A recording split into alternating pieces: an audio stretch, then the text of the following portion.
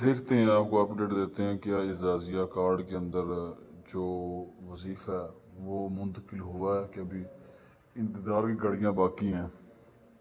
اس سے پہلے گزارش ہے کہ آپ اگر چینل پر نیو ہیں تو سبسکرائب ضرور کیجیے، آنے والی ہر ویڈیو تک بآسانی سے پہنچ سکے۔ ہم نے 2 طریقوں سے چیک کیا تھا۔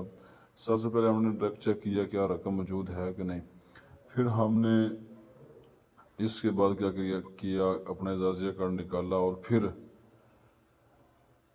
اعزازیہ کارڈ پر جو رقم تھی وہ ہم نے ادھر لکھی۔